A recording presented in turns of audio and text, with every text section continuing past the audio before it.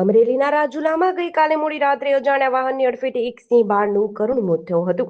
આ ઘટનાની ગંભીરતાથી લઈને વન વિભાગે તાત્કાલિક 4 ટીમો બનાવી હતી.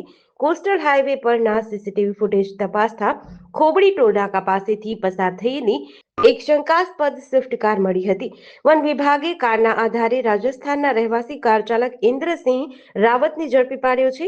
હાલ વન વિભાગે કાર જપ્ત કરી ચાલક વિરુદ્ધ કાયદેસરની કાર્યવાહી હાથ ધરી છે.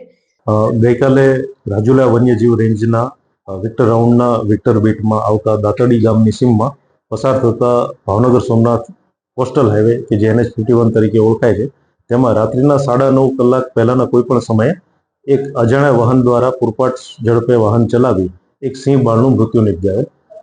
આ બાબતની મેસેજ મળતા જ રાજુલા વન્યજીવ રેન્જનો સ્ટાફ તાત્કાલિક સ્થળ ઉપર પહોંચી ગયેલ અને મૃતદેહને બાબરકોટ રેસ્ક્યુ સેન્ટર ખાતે ફેરવેલ.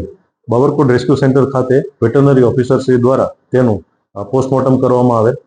આ અકસ્માત કોને કર્યો છે એ બાબતે રાજુલા રેન્જ ઓફિસ દ્વારા 4 ટીમો અલગ અલગ પાડવામાં આવી અને ટોલ નાકા જે કોસ્ટલ હાઈવે ઉપરથી પસાર ઉપર છે એના વિવિધ સીસીટીવી ફૂટેજ તપાસતા આ શંકાસ્પદ વાહન કોબડી ટોલ નાકા પાસેથી મળી આવેલ. આ વાહનનો નંબર છે GJ27EG8613 અને વાહન મારુતિ સ્વિફ્ટ છે. આ કામે જે તહોમતદાર છે કે જે વાહન હંકારનાર છે એ ઇન્દરસિંહ ચતરસિંહ રાવત કે જેઓ મિયાળા રાજસમંદ જિલ્લા રાજસ્થાનના રહેવાસી છે. તેમની પૂછપરછ માટે BNSS 35(3)ની નોટિસ આપીને બોલાવવામાં આવેલ છે તથા વાહનની કાયદેસરની અટક કરીને ધોરણસરની કાર્યવાહી હાથ ધરવામાં આવેલ છે. આરોપીને અત્યારે નોટિસ આપીને બોલાવવામાં આવેલ છે અને તેઓ તપાસના કામે પૂરતો સહયોગ આપી રહ્યા છે. વાહનની અત્યારે અટક કરવામાં આવી છે.